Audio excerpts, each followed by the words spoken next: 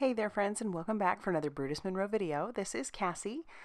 We are going to be using some products of the month, so let's talk about what we're using. This is the Stamp Club stamp. Isn't she adorable? A little unicorn in a coffee cup. How could that not make you happy? We are going to be using this Amethyst Aqua Pigment along with some others that I'm going to bring in later. Here is the stencil of the month, and isn't that beautiful? It's so flowy and beautiful, and I'm excited to try something different with that. We also have these cutting dies. These are coffee dies, and I'm going to be using a couple of those on this because they just go perfectly. And then we have some different color companion cardstocks in the color Potion and Macchiato.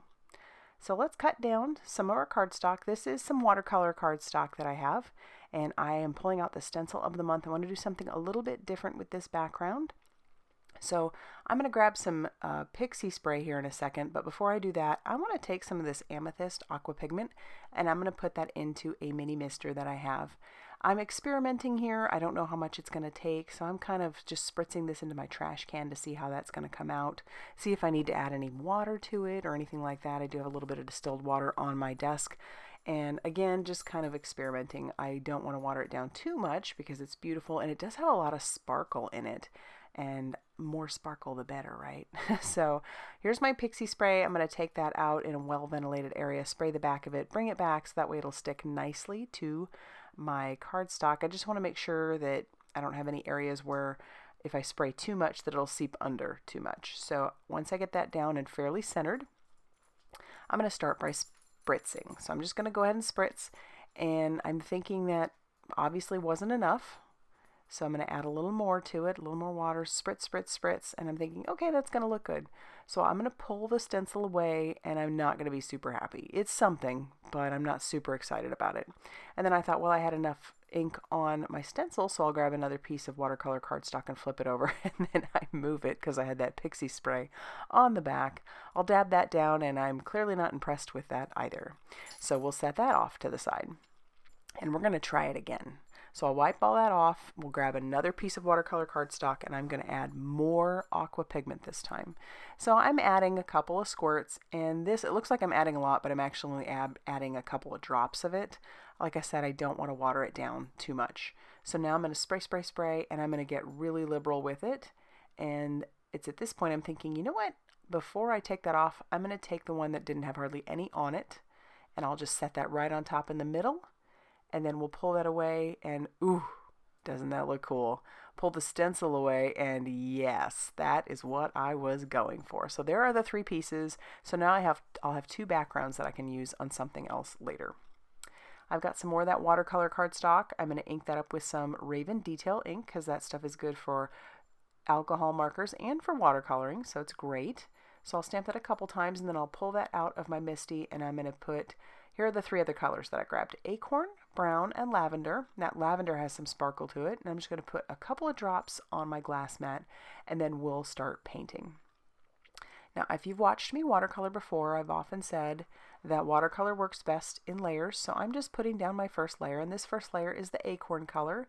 It's like a beautiful brown, chestnutty, beautiful brown color. I love that. And I do have a little bit of brown, so I'm going to grab some of that while this is still wet, and I'll put a little bit of that brown on there, hoping that it will kind of let the liquid of the aqua pigment do some of the work. My paintbrush is actually pretty dry.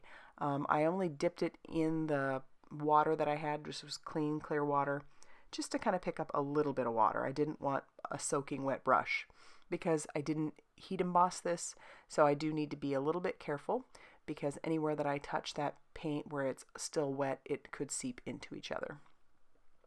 Now I'm grabbing the amethyst, and I'm going to put down my first wash of color. And like I said, this stuff, seeing it on camera just doesn't do it justice. It has this beautiful, beautiful shimmer to it, and I love it. So we're just going to cover the coffee mug with all the colors. We'll now wash off our brush and come in with that lavender on the little unicorn's nose and then the hooves. And then I'm going to heat set this in between so that way I can bring in my next color. because this way I can work in layers. And I'm actually just layering the same colors on top of each other. So once again, grab that Amethyst, put that down on the cup, and then we'll move on to all of our colors and basically just color this way and dry in between any layers we might need to do. She's just such a cute little image, and obviously I love the theme of this month, coffee. You could call it tea as well, which would be my preference, as you all know. All right, work down to her muzzle, add a little bit more to her hooves, and then I'm even going to come in with just a little bit more of that Amethyst just to deepen it up just a little bit more, since that's a lot of surface area. And I just love the harsh shadows that it ends up giving. It's just really cool. And then I'll heat set that after I'm done, but I'm going to do some splatter of the Amethyst. I don't know why, I just decided to. I thought it would end up being nice and dark. You really can't tell.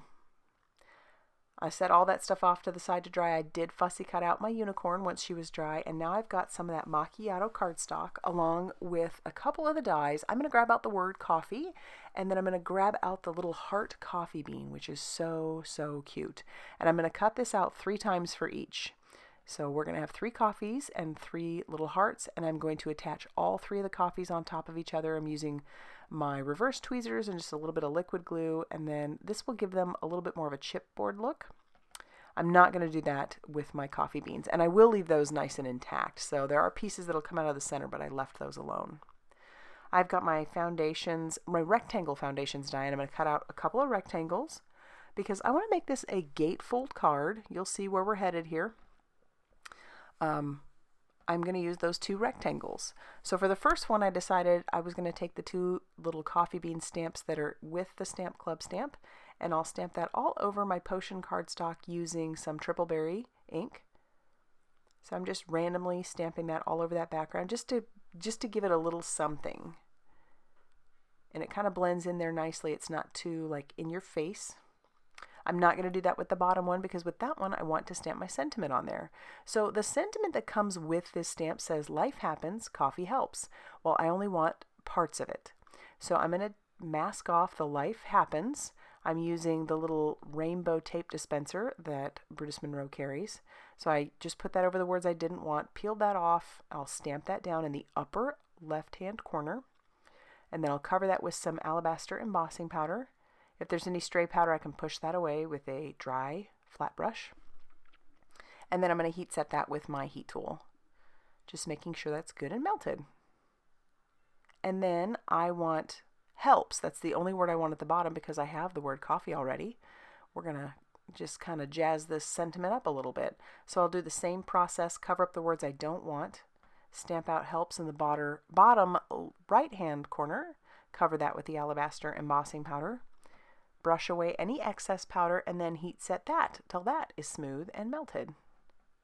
And then the word coffee that we die cut out 3 times is going to fit beautifully right in between. I do need to trim this panel down. Originally it was 4 1/4 by 5 1/2 inches, but I'm making a gatefold card and I want there to be some edges around the side. So I just cut off about 1/8 of an inch around all the sides. I did it that way because I wanted this to be fairly centered. So now I can just cut that in half, like 2 inches, because it's 4 inches by 5 1/4 now. I'm using some more potion cardstock, and I'm going to score that at 2 1/8 on each side. And then I can fold that in and they'll meet in the center. So gate folds are some of my favorite because they're super easy. And then I can take my 2 panels and I can just glue those right down on top, and I want them to meet in the center so it looks like one cohesive piece. But you do have a little bit of a border of that potion cardstock all the way around. And I like the combination of those 2 purple colors. I'm going to have my layers overlap, or my rectangles overlap the layers. And so we'll use some liquid glue to adhere those down. I don't obviously want to put glue all over that because otherwise it will close the card and we don't want that. So I just put some on one area, flipped it over, and then I can attach down, kind of trying to make it straight. I'll let that dry a little bit before I cut that off, and then I'll attach down my bottom one. And that one overlaps as well. So it's kind of neat the way they fold in together. And then I'm going to put this into my guillotine trimmer and trim off the excess. I did put some foam tape on the back of our cute little unicorn, And then I'm going to pop her up on her panel. And then I'm going to use some liquid glue on the word coffee. But I think, yeah, I'm going to put the coffee beans down first, I guess. So I'll put the coffee beans down. It's kind of neat because the little pieces stayed in the center. You could very easily cut those out, but I do like that it gives some texture to these little die cut pieces. They're just adorable. And now I'm going to glue down the word coffee.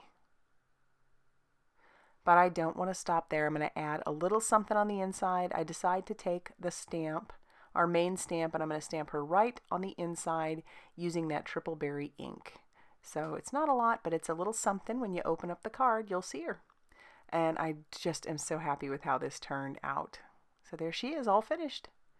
So if you liked this card, please hit that like button. Consider subscribing if you haven't already done so. And as always, thank you so much for stopping by, and I will see you very soon in another video. Bye, everybody.